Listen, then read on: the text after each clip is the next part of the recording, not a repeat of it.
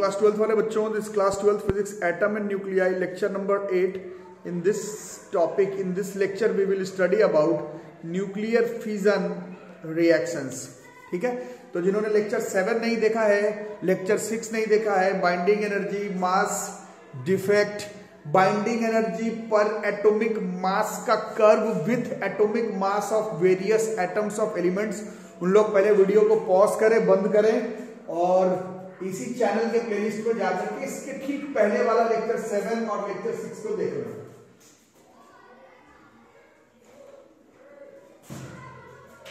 बाकी जो लोग रेगुलर पढ़ रहे हैं तो एक बार बातें करेंगे न्यूक्लियर फ्यूजन रिएक्शन के बारे में. ये रिएक्शन जिसके बारे में बहुत छोटे क्लास से हम लोग अनऑफिशियली सुनते चले आ रहे हैं, न्यूक्लियर फ्यूजन रिएक्शन, उसके बारे में we are trying to discuss few things.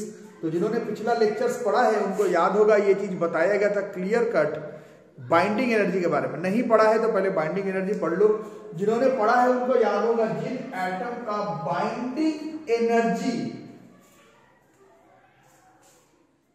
पर एटॉमिक मास पर न्यूक्लियॉन का वैल्यू कम हो और एटॉमिक मास ज्यादा हो, वैसे एटम्स के न्यूक्लियस अनस्टेबल होते हैं. क्योंकि एक तो बाइंडिंग एनर्जी पर न्यूक्लियॉन कम है, ऊपर से एटॉमिक मास ज्यादा होने की वजह से इलेक्ट्रोस्टैटिक फोर्स ऑफ रिपल्सन बहुत ज्यादा है. ऐसे एलिमेंट के एटम न्यूक्लियर फोर्सेस से भी इलेक्ट्रोस्टैटिक फोर्स ऑफ रिपल्सन को रोक नहीं पाते हैं. ऐसे एटम्स के न्यूक्लियस अनस्टेबल होते हैं and they take part in nuclear fusion reactions. बहुत सारा टॉपिक इस बार कोविड को लेकर के काटा गया है. रेडियो एक्टिविटी एक बीच का टॉपिक काट दिया गया है, तो कभी इसमें बाद में बात करेंगे. जब रेडियो एक्टिविटी पढ़ाऊंगा तब एक बार इन सारे टॉपिक्स को कनेक्ट कर लेना. अभी हम लोग फिलहाल फोकस करेंगे न्यूक्लियर फ्यूजन रिएक्शन के बारे में. तो पहले डेफिनेशन क्लास 10th में भी लिखे थे, वही डेफिनेशन है. It is the phenomena of splitting of a heavy nucleus जिसका एटॉमिक मास मोटा मोटी 230 से ज्यादा हो इनटू 2 और मोर लाइटर न्यूक्लियाई. ठीक है, जैसे कि सबसे फेमस वाला जो न्यूक्लियर फ्यूजन रिएक्शन है वो 10th 11th 12th तीनों बुक में है, दैट इज यूरेनियम. यूरेनियम का एटॉमिक नंबर 92, मास 235. इसको जब थर्मल न्यूट्रॉन्स के साथ स्ट्राइक किया जाता है तब ये अपने से छोटे न्यूक्लियाई बेरियम 56 141, क्रिप्टॉन 36 92 पर कूद जाता है. साथ में ये 3 न्यूट्रॉन्स फिर से निकालता है. इन न्यूट्रॉन्स को हम लोग सेकेंडरी न्यूट्रॉन्स कहते हैं. और पागल थोड़ी है ये रिएक्शन करवाए, इस रिएक्शन को करने पर ढेर सारा अमाउंट ऑफ एनर्जी निकलता है. इस रिएक्शन को पूरे होने पर ढेर सारे अमाउंट ऑफ एनर्जी निकलता है. और साइंस और फिजिक्स इसी पर बेस्ड है कि हम लोग एनर्जी को किस तरह से इस्तेमाल कर लें. 10th और 12th के बुक्स में इस बारे में बहुत डिटेल से दिया हुआ है कि इन एनर्जी को चाहे तो हम लोग अपने फायदे के लिए इस्तेमाल कर सकते हैं. अदरवाइज न्यूक्लियर वीपन्स के बारे में आप लोग पढ़ रहे हैं, आजकल के यंगस्टर्स हैं, आप लोग सुन रहे हैं, देख रहे हैं, उस पर भी इस्तेमाल कर सकते हैं. But we will be focusing about its positive impact. ये जो tremendous amount of energy release होगा, क्यों होगा के बारे में पहले बढ़ाया गया है. ये होने के बाद बाइंडिंग एनर्जी पर न्यूक्लियॉन जो होता है एटम्स का वो कम हो जाता है और वो कंपैरेटिवली उस एटम का न्यूक्लियस स्टेबल हो जाता है. फिलहाल हम लोग उस पर बात नहीं कर रहे हैं, हम लोग बात कर रहे हैं ये जो एनर्जी निकला उसके बारे में. तो जिन्होंने पिछला क्लास किया उनको मास डिफेक्ट के बारे में पता होगा. ये रिएक्शन होने के बाद ये जो प्रोडक्ट बना, इन प्रोडक्ट का जो एटॉमिक मास होगा और जो रिएक्टेंट का एटॉमिक मास है उसमें थोड़ा सा मास का डिफेक्ट आ जाता है, जो कि अप्रोक्सीमेटली 0.2135 एटॉमिक मास यूनिट का होता है. और जिन्होंने पहले का पढ़ा है E बराबर डेल्टा mc स्क्वायर से एनर्जी रिलीज अगर हम लोग निकालें पर फ्यूजन ऑफ एक एटम यूरेनियम 235 का, तो 0.2135 एटॉमिक मास यूनिट को 931.5 से मल्टीप्लाई, पिछले वीडियो में पढ़ाया हूं, देख लो, तो वो मेगा इलेक्ट्रॉन वोल्ट में आता है. This is 200.4 mega electron volt. This is a tremendous amount of energy that is released even on fusion of one atom of uranium 92 235.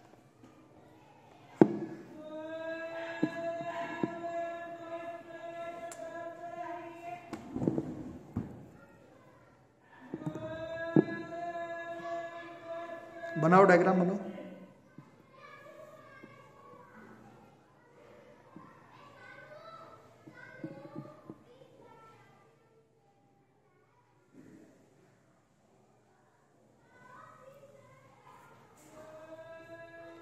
तो डायग्राम बनाते हुए समझोगे।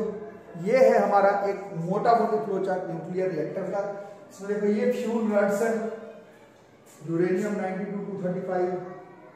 फ्यूल रॉड्स बहुत ही महंगा आता है, डायमंड गोल्ड तो कुछ नहीं है, करोड़ों अरबों में दाम है।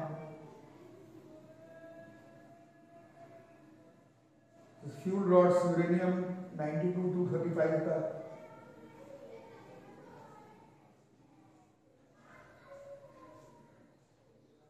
इन्हीं में हम लोग एक फास्ट मूविंग न्यूट्रॉन को छोड़ देते हैं, जो कि रिएक्शन स्टार्ट करता है। एक फास्ट मूविंग न्यूट्रॉन आकर के स्ट्राइक करेगा यूरेनियम, ये फास्ट मूविंग न्यूट्रॉन है, ये स्ट्राइक करेगा यूरेनियम से, इससे फिर न्यूट्रॉन्स निकलेंगे।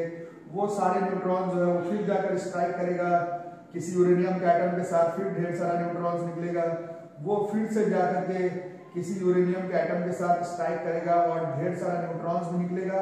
और सिर्फ न्यूट्रॉन से नहीं, हम लोग समझ रहे हैं कि ढेर सारा जो है इसी चेंबर के अंदर ट्रिमेंडस अमाउंट ऑफ एनर्जी जो है वो रिलीज होता है। इसके लिए वी रिक्वायर्ड फ्यूल रॉड्स और एक थर्मल न्यूट्रॉन्स का जरूरत पड़ेगा। ठीक है, तो सुनने समझने में बहुत आसान लग रहा है, बट एक्चुअली में दिक्कत ये है कि ये सब जो एक बार वाला न्यूट्रॉन तो थर्मल न्यूट्रॉन है, उसका हम लोग इस्तेमाल करते हैं, बट बाकी जो न्यूट्रॉन सेकेंडरी न्यूट्रॉन्स निकल रहे हैं उसका स्पीड बहुत ज्यादा होता है, बहुत ज्यादा, और वो इतना स्पीड में होता है। और अभी आपको साफ साफ बताया गया न्यूक्लियर फ्यूजन यूरेनियम 92-235 का होने के लिए थर्मल न्यूट्रॉन्स का जरूरत है। स्पीड न्यूट्रॉन्स का कम होना चाहिए। पहला वाला थर्मल न्यूट्रॉन को तुम लेकर के आए, बट उसके बाद वाले न्यूट्रॉन्स का स्पीड बहुत ज्यादा होता है, वो केपेबल नहीं होता है यूरेनियम 92-235 के एक एटम के न्यूक्लियस में से न्यूट्रॉन्स निकाल करके न्यूक्लियर फ्यूजन रिएक्शन करवाने के। तो हमें जरूरत पड़ता है मॉडरेटर का। इसका जरूरत पड़ता है मॉडरेटर। ये graphite, liquid graphite, heavy water, इन सब का मॉडरेटर बना हुआ रहता है।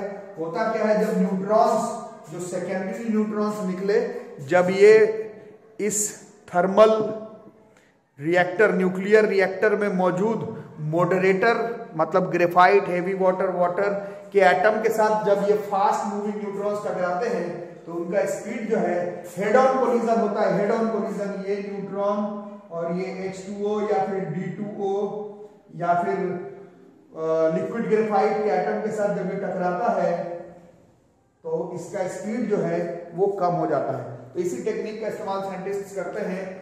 जो पहला वाला थर्मल न्यूट्रॉन का तो स्पीड कम है, बट बाद में जो ढेर सारा सेकेंडरी न्यूट्रॉन्स निकल रहा है उसका स्पीड कम करवाने के लिए हमें मॉडरेटर का जरूरत पड़ता है। और मॉडरेटर जो है ग्रेफाइट, हेवी वाटर का बना हुआ रहता है।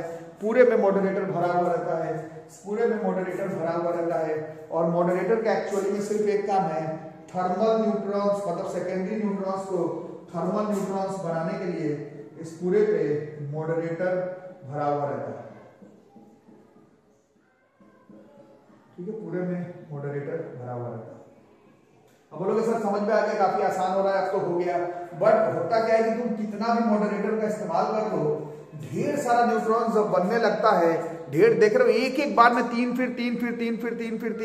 एक बार में इतना न्यूट्रॉन जब बन जाए तो तुम कितने भी मॉडरेटर का इस्तेमाल कर लो, ये फिर से ये जो रिएक्शन है वो अनकंट्रोल्ड होने लगता है। तो वहीं पर हम लोग फिर इस्तेमाल करते हैं कंट्रोल रॉड्स का, जो कि कैडमियम का बना हुआ रहता है। ये जो कंट्रोल रॉड्स है, जब हमें लगेगा कि रिएक्शन बहुत तेज हो रहा है, हमारे कंट्रोल के बाहर है, तो इस कैडमियम रॉड्स को अंदर घुसा दिया जाता है। ये कैडमियम रॉड्स क्या करते हैं, जो ढेर सारा न्यूट्रॉन निकल रहा है उसमें से बहुत सारा न्यूट्रॉन को एब्जॉर्ब कर लेता है। और जब रिएक्शन थोड़ा कंट्रोल होने लगता है, रुकने लगता है, तो फिर इन कैडमियम रॉड्स को हम लोग ऊपर करके उन सारे न्यूट्रॉन्स को बाहर निकाल लेते हैं। देखने सुनने में अच्छा लग रहा है, 1 से 3, 1 से 3, 1 से 3, 1 से 3, 1 से 3, 3 से 9, 9 से 27, 27 से 81, बट ये अनकंट्रोल्ड होने लगता है। तो हम लोग रिएक्शन को, स्पीड को कंट्रोल करने के लिए कंट्रोल रॉड्स और कैडमियम का ही इस्तेमाल करते हैं। जनरली कंट्रोल रॉड्स में इसका इस्तेमाल करते हैं। ठीक है, यहां तक आ गया। इसके बाद हम लोग इस्तेमाल करते हैं कूलेंट का। कूलेंट, यहां पर वर्ड है कूलेंट। तो ये जो भयंकर अमाउंट ऑफ एनर्जी अंदर बन रहा है उसको हम लोग पास करवाते हैं इस चेंबर से पानी के तरफ। तो कूलेंट जनरली गैस का भी बना हुआ रहता है और कई सिंपल न्यूक्लियर रिएक्टर में पानी का ही बना हुआ रहता है। इसमें से कूलेंट जाएगा और जब कूलेंट एकदम भयंकर गर्मी वाला कूलेंट जो यहाँ का हीट को लेते हुए आया है, जब इसको पानी में से पास करवाओगे तो वो पानी क्या होगा, जो पानी है वो पानी है बताओ क्या होगा, इतना भयंकर गर्मी लेकर के आ रहा है कूलेंट, पानी को स्टीम में बना देगा। और यही स्टीम जो है हाई प्रेशर वाला जो स्टीम जो है, हाई प्रेशर स्टीम जो है, इसी का ही इस्तेमाल हम लोग टरबाइन रोटेट करवाने में करते हैं। थर्मल पावर प्लांट कोयला जला करके पानी को गर्म करने से कम 10 लाख टाइम्स ज्यादा एनर्जी जो है हाई प्रेशर स्टीम बनाते हुए न्यूक्लियर रिएक्टर से हम लोग प्रोड्यूस कर सकते हैं। ठीक है, समझ पा रहे हैं? अब ये कूलेंट का होगा क्या, ये भयंकर गर्मी पानी को दे देगा तो पानी तो स्टीम बन जाएगा, फिर ये धीरे धीरे ये जो कूलेंट है वो खुद ही ठंडा होते हुए नीचे ठंडा हो जाएगा और यहाँ पर एक पंप लगा हुआ रहता है। ये पंप दोबारा से उस कूलेंट को वापस से इसी न्यूक्लियर रिएक्टर के पास वापस भेज देता है, क्योंकि उसका रहना जरूरी है, कूलेंट का रहना जरूरी है। विदाउट कूलेंट हम लोग एनर्जी को इस भयंकर चेंबर से निकाल करके स्टीम तक नहीं ले जा पाएंगे। ठीक है, तो यहाँ पर हीट का एक्सचेंज होता है, हीट एक्सचेंजर। कूलेंट खुद ठंडा होगा पानी को गर्म कर देगा, इसलिए इसको हम लोग हीट एक्सचेंजर कहते हैं। ठीक है, अब पानी को तो तुम लगातार अगर वेपर बनाते रहोगे तो वहां से पानी खत्म हो जाएगा ना, तो फिर तो गड़बड़ हो जाएगा। तो लगातार रिएक्शन में हम लोग मेक श्योर करते हैं कि पानी अंदर आते रहे, वाटर का इसमें होना जरूरी है, पानी लगातार आते रहेगा, स्टीम बनते रहेगा, पानी हमें इस्तेमाल करना होगा। पानी का इस्तेमाल करके न्यूक्लियर रिएक्टर के मदद से हम लोग एनर्जी को, न्यूक्लियर रिएक्शन को अनकंट्रोल्ड से कंट्रोल करके इसके एनर्जी का इस्तेमाल हम लोग बहुत ही गजब तरीके से हमने हमारे एनर्जी के यूज को पूरा करने के लिए लगा सकते हैं। तो फ्यूल रड्स का काम है, मतलब एक फ्यूल का काम है, एक मॉडरेटर का काम है और एक कंट्रोल रड का काम है और एक कूलेंट का काम है। और चेन रिएक्शन होता है और एक्चुअल वाला जो रिएक्शन है उसको भी आप लोग देखें, ये होता है न्यूक्लियर फ्यूजन रिएक्शन। स्क्रीनशॉट लेके लिख लो, this is nuclear fusion reaction. अब डेफिनेशंस लिख लो। Nuclear fuel, it is a fissionable material to be used for the nuclear fusion process to take place. Uranium 235, plutonium 239, uranium 233 etcetera. Moderator क्या काम था? Its function is to slow down the fast moving secondary neutrons produced during the fusion reaction. किसका इस्तेमाल करते हैं? Heavy water, liquid graphite, deuterium etcetera. Control rods का क्या काम बताया था? They have the ability to capture the slow neutrons. Boron और कैडमियम का सेल्स लगाते हैं इसमें हम लोग। कूलेंट का क्या काम था? Substance which is used to remove the heat produced and transfer it from the core of the nuclear reactor to the surroundings. जहां हीट एक्सचेंजर के मदद से स्टीम घुमाएंगे, साइड में लिखवाया गया है, is called coolant. Water, heavy water, liquid sodium etcetera are used as coolant. और एक है shielding. The whole reactor is protected with concrete walls 2 to 2.5 metre thick so that the radiations emitted does not reach outside। पूरे को लिख लो।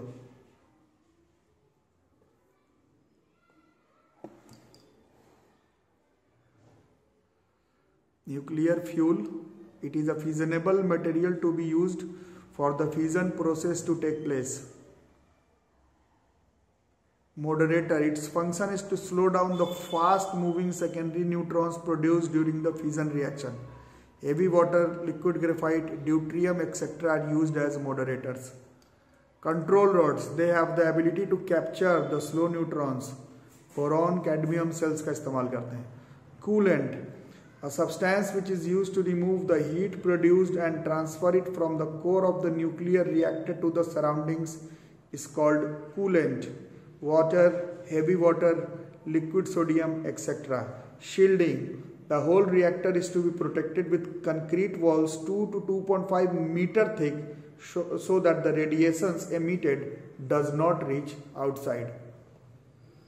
ठीक है, screenshot ले लो। और यही न्यूक्लियर रिएक्शन अगर अनकंट्रोल्ड फॉर्म में छोड़ दें तो ये बम बन जाएगा, न्यूक्लियर वीपन्स बन जाएगा। कंट्रोल्ड इस तरह से करके चलें तो इसके एनर्जी का इस्तेमाल हम लोग अपने वर्ल्ड के ढेर सारे एनर्जी प्रॉब्लम्स को सुलझाने के लिए कर सकते हैं। जल्दी से सारे को नोट कर लो।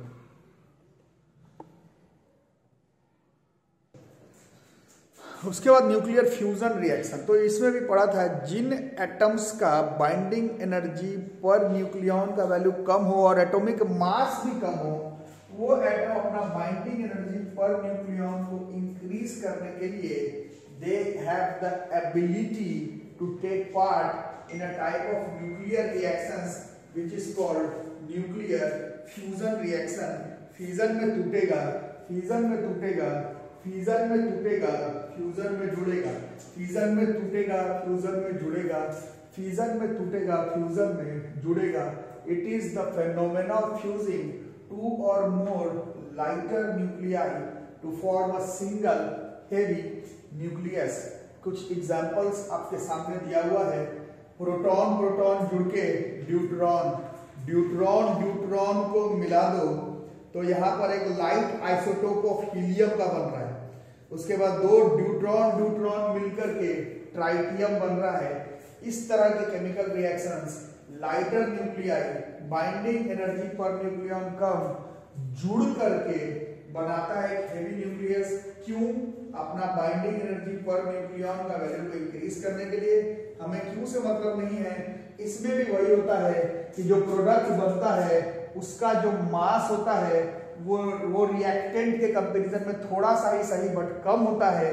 उसको हम लोग मास डिफेक्ट कहते हैं, पहले नहीं पढ़ा है तो पढ़ लो। और मास डिफेक्ट वाला जो एनर्जी है वो यहाँ पर मेंशन है। इस केस में 0.42, यहाँ 3.27, यहाँ पर 4 लगभग mega electron volt mass defect के वजह से एनर्जी निकलता है। इसके बारे में पहले पढ़ाया गया है, पहले नहीं पढ़ा है तो पीछे का पढ़ लो। बट एक्चुअल में दिक्कत ये है, एक्चुअल में दिक्कत ये है कि these are positively charge particle. Positive positive को फ्यूज करोगे तो नजदीक लाना पड़ेगा, नजदीक जब लाओगे तो उसका पॉजिटिव पॉजिटिव दोबारा रिपेल कर जाएगा। बात को समझना, पॉजिटिव पॉजिटिव को तुमको रिएक्शन करवाना है न्यूक्लियर फ्यूजन में, बट पॉजिटिव पॉजिटिव को जैसे ही तुम नजदीक लाओगे तो वो रिपेल कर जाएगा। और फ्यूज करवाना है मतलब इंटर एटॉमिक लेवल पर ले जाकर के फ्यूज करवाना है तो तुम्हें जरूरत पड़ेगा न्यूक्लियर फोर्सेस का, क्योंकि न्यूक्लियर फोर्सेस पहले बताया गया है न्यूक्लियॉन्स के बीच का अट्रैक्टिव फोर्सेस होता है, बट न्यूक्लियॉन्स तो एक ही न्यूक्लियस के अंदर होता है। तो तुम्हें बहुत दिक्कत है दो अलग अलग पॉजिटिव पॉजिटिव को एक न्यूक्लियस एटम के अंदर ला करके उसका न्यूक्लियर वाला फोर्सेस को इसके पॉजिटिव पॉजिटिव वाला अट्रैक्टिव फोर्सेस के कंपैरिजन में अट्रैक्शन करवाना है, तब जाकर के वो जो है वो फ्यूज होगा। सुनने सुनाने में आसान लग रहा है, एक्चुअली में ये पॉसिबल ही नहीं है। एक्चुअल में this reaction is not possible. अभी भी हम लोग न्यूक्लियर फ्यूजन रिएक्शन लैबोरेटरी में, फैक्ट्री में, इंडस्ट्री में, न्यूक्लियर पावर प्लांट में कंट्रोल्ड फॉर्म में नहीं कर पा रहे हैं अभी भी, क्योंकि ये सुनने में जितना आसान लग रहा है एक्चुअल में पॉसिबल नहीं है।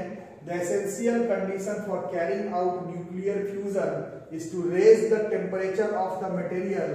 बहुत ज्यादा मटेरियल का टेम्परेचर बढ़ाना पड़ेगा जिसके वजह से पार्टिकल के पास शायद इतना इनफ एनर्जी हो जाए कि वो अपने थर्मल मोशन से ही कूलम्बिक बैरियर मतलब पॉजिटिव पॉजिटिव रिपल्सर वाले बैरियर को तोड़ करके एक ही एटम के न्यूक्लियस के अंदर आ जाए, जहां पर न्यूक्लियर फोर्सेस अट्रैक्शन वाला ओवरटेक कर दे कूलम्बिक बैरियर को और किसी तरह से फ्यूज करवा दे पॉजिटिव चार्जेस को। इस रिएक्शन को हम लोग न्यूक्लियर फ्यूजन रिएक्शन कहते हैं, बट इस कूलम्बिक बैरियर के होने की वजह से ये संभव नहीं है। क्योंकि अब तो बोलोगे टेम्परेचर बढ़ाना कौन सा बात है, टेम्परेचर तो बढ़ा दोगे बट जो तुम्हारा एटम है क्योंकि उसका लाइटर एटॉमिक मास वाला है वो डिस्ट्रॉय हो जाएगा। बट चाहिए तुमको ज्यादा प्रेशर, ज्यादा डेंसिटी, ज्यादा टेम्परेचर लाइटर एटम मॉलिक्यूल में, तो ये संभव प्रैक्टिकली नहीं हो पा रहा है। बट साइंटिस्ट्स ने बताया है कि ऐसा ही कुछ रिएक्शन स्टार्स में और सन्स में लगातार होते रहता है, जिसके वजह से आप सन और स्टार जो है वो कंसिस्टेंटली सोर्स ऑफ एनर्जी है, उसमें एनर्जी लगातार प्रोड्यूस होता है, ऐसा ही कुछ होता होगा, बट उसको लैब में अटेंड करना फिलहाल इम्पॉसिबल है। इस प्रोसेस को हम लोग थर्मो न्यूक्लियर फ्यूजन कहते हैं। Extreme condition of temperature, pressure and density, इन तीनों का जरूरत पड़ेगा, जो कि अभी तक कंट्रोल्ड फॉर्म में करना हमारे बस की बात नहीं हो पाई है। कंट्रोल्ड फॉर्म में करना हमारे बस की बात नहीं है। This is nuclear fusion reaction takes place in star and sun. This is the constant source of energy for sun and star to continuously burn and produce energy. So आपका एक होमवर्क रहेगा, difference between nuclear fusion and nuclear fission reaction.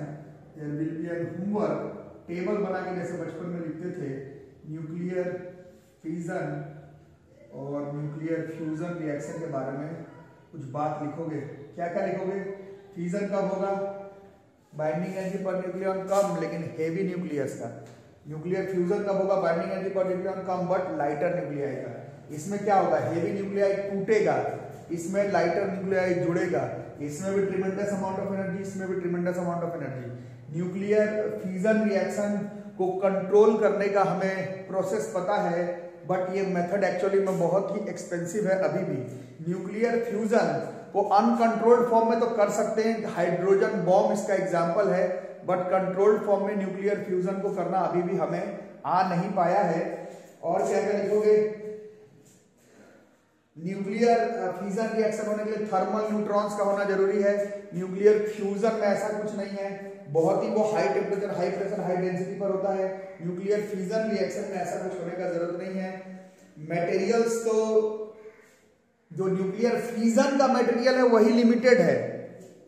Fusion ये हम लोग कर रहे हैं but अभी बहुत महंगा पड़ रहा है, मटेरियल लिमिटेड है और काफी महंगा भी है। न्यूक्लियर फ्यूजन कहने के लिए तो बहुत आसानी से कर सकते हैं, बहुत ही छोटा मोटा पार्टिकल के साथ। इसके लिए आपको यूरेनियम का रड, कैडमियम का सेल्स, इन सब का जरूरत नहीं है। कहने को तो ये मेथड बड़ा चीप होना चाहिए, बट हमें अभी पता ही नहीं चला है कि हम लोग थर्मो न्यूक्लियर रिएक्शंस को कंट्रोल्ड फॉर्म में कैसे कर सकते हैं। तो एक्चुअली में ये वाला रिएक्शन चीप है, ये एक्सपेंसिव है, बट ये अभी हमें कंट्रोल्ड फॉर्म में करना नहीं आ रहा है। न्यूक्लियर फ्यूजन और न्यूक्लियर फ्यूजन रिएक्शन का डिफरेंस बिटवीन को आप लोग कॉपी में लिखेंगे और यहाँ पर हमारा ये चैप्टर एटम्स एंड न्यूक्लियाई हो जाता है खत्म। अगले क्लास में we will study about semiconductors.